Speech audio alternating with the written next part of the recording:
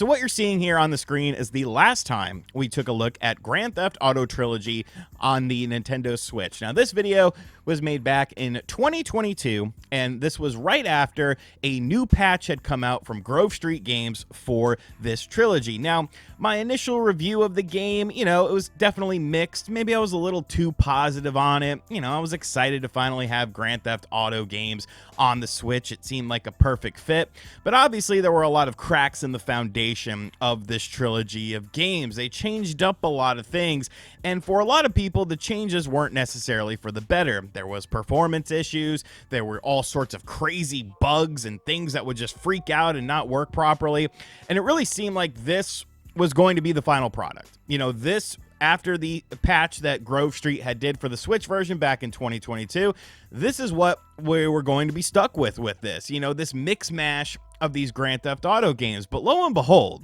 all of a sudden, very recently, Rockstar seems to have taken over this project, removing Grove Street Games from this project, and put a huge update out for all versions of the game, including the Nintendo Switch. And I was definitely very surprised by this and interested in checking this out because many people had left this trilogy for dead. It wasn't great on the other platforms, but it was especially disappointing on the Switch. So today I'm just going to talk about the changes they have done because I think this game might be worth picking up now. Now, obviously, when you're looking at this footage, especially compared to the previous footage, one of the main things that they have done is kind of a visual overhaul in some sorts of ways. And it really comes down to a new lighting engine that is being used. Now, you can switch to the standard lighting engine that was implemented by Grove Street Games. But I think this new lighting engine that works across all three of the games definitely looks like heaps and bounds better. You do lose some stuff,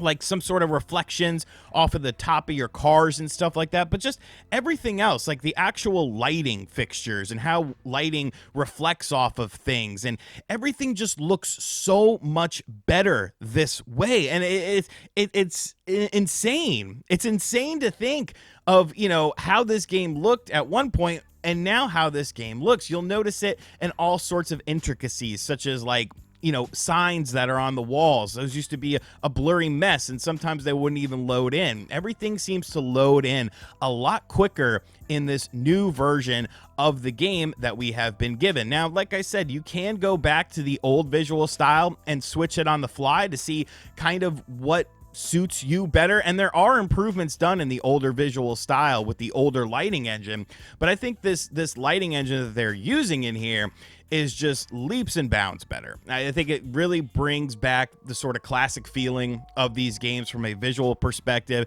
and you just notice that so many things just look overall better throughout the games. No matter which game you are playing, everything just has a higher quality look to it. And I've heard that these are like based on mobile version ports of the game, and if that's the case, then you know what, that's fine with me. I don't care what version of the game it is, as long as the game does indeed look better. And there's so many bug fixes you could go through. There's like thousands of bug fixes that they have done for the game. This impacts things like lighting, this impacts things like weather, this impacts things like shadows being more accurate and stuff like that. The amount of work that has gone into this is honestly very impressive, because I feel like this was a game that was essentially going to be left for dead. No pun intended on the game Left 4 Dead, but this was a game that was never going to see a proper sort of version done for it, especially on the Switch. I assume that this was to a lesser extent, but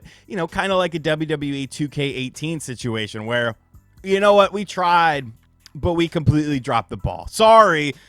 Maybe you'll give us another chance or something like that. Now, as far as frame rate and stuff like that is concerned, these versions of the game do not run at 60 frames per second. I mean, I don't know if there's a definitive reason for that. You could say whatever you want about the Switch hardware, but the frame rate definitely feels a lot better. I don't have one of those frame rate reader things, but it definitely feels a lot closer to a solid 30 frames than it did previously. Even when, there's a lot of action on the screen and a lot of crazy stuff happening, you still feel, in control. It doesn't feel like it's bogging down and, getting to suboptimal frame rates. And obviously 30 frames per second isn't necessarily optimal, but as long as it's mostly smooth 30, like, I'm good, especially in a sort of an open world game like this is, because of how much stuff can happen due to things like physics and AI being weird and stuff like that. So I definitely think the frame rate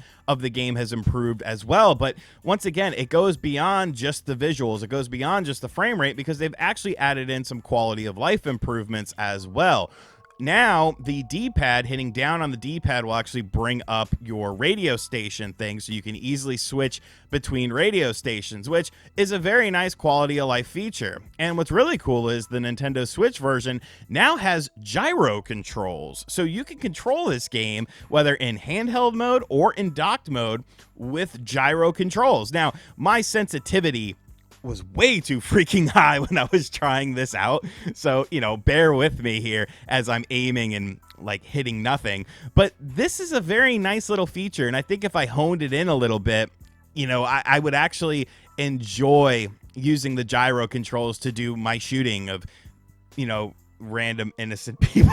I shouldn't say that. The people that are trying to take me down, and I'm trying to take them down first. It's just, it feels just so much like a better experience. And there's so many little nuances that I'm picking up while playing this. Even like the fire. Like the fire looks so much better in this. The nightscapes look so much better in this. The clouds and the weather. Everything is just better. Is it perfect? No. It's not perfect, but I think if this was the version of the game that came out on day one, there wouldn't have been this huge backlash towards it. I think people would have been a lot more accepting and a lot happier with the product that they were given. And like I said, this game is constantly on sale and stuff like that. So you can get this game, this collection of games for pretty cheap usually. And now with all of these improvements, like it's definitely a lot better. I've been having a blast just kind of messing around. Like, I haven't been doing missions and stuff like that with these games, like, getting hardcore nitty gritty into it, but just kind of jumping back in, taking a look around, taking in the sights and sounds, and just noticing how the game just, what it is? It feels more stable. Honestly, like when you were playing this game on the Switch previously, it almost felt like it was held together with like hair and duct tape. Like, is this gonna stick? I don't know. It might. Put some popsicle sticks on there too. I don't know what you're building with hair, duct tape, and a popsicle stick, but it might be something. But yes, the overall experience is just so much better now, and I'm actually interested to see if they do further enhancements to this trilogy, because I think there is a little bit more that you can get out of this. But I mean, at the very least, make this forwards compatible with the Switch 2, and like be able to use some of that Switch 2 power, so maybe we can get up that 60 frames per second, and then this would be a fantastic experience on the go. But I think as it stands now, it's a hell of a lot better. It's a hell of a lot more enjoyable. And if you're a fan of these games, you probably already own this trilogy. Like, let's be real. I think a lot of people bought this on the Switch, but now it's actually worth revisiting. Maybe you're not super interested in the current lineup of first-party games that we've been getting. Now is the time to jump back into this because, man, it's crazy. I honestly thought that this was just it. The 2022 footage that we saw, that was going to be it. You're stuck with this until the end of time, and, like it or lump it. But Rockstar definitely earned some points, in my opinion, with this. They didn't have to go back and do this, but they decided to. There's a whole controversy with Grove Street being mad that they were removed from the splash screen, and they said that they were removed from the credits of the game, but they're actually still in the credits of the game. It's just when you first boot up the game, it doesn't say Grove Street. And I'm sorry, but the quality job, the lack thereof of the quality job that you did initially with this, the amount of stuff that Rockstar had to fix that took 2+ years to get it to this more optimal stage of the game. Like, do you really deserve flowers for this? Like, what did you actually do?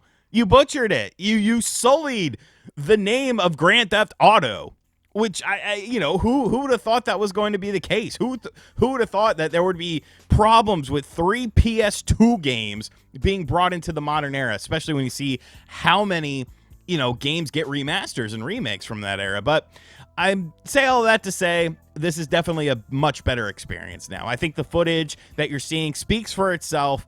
it's a lot better. And if you have a Nintendo Switch and you pick this up, definitely worth revisiting and to experience these new enhancements done to it. If you haven't picked it up on the Switch and you see it for cheap, I say go ahead and do it, Playboy. Like, you're going to have some fun with these games. They still hold up very well as far as, you know, just being fun, open sandbox games. And obviously, these are some of the pioneers of the sandbox genre. But those are just my thoughts on this. Let me know in the comments section down below. If you've already owned this game, have you booted it up to check out the new enhancements? Because I really think it's worth checking out, man. I think this is a lot better experience than, you know, 2021 and then the subsequent one in 2022 when, you know, things just didn't look good for this trilogy. And as always, guys, thank you for checking out this video. If you are new to the channel, make sure you hit that subscribe button, like, comment, and share. Hit the bell as well. And as always, I'll catch you guys on the next video. Later.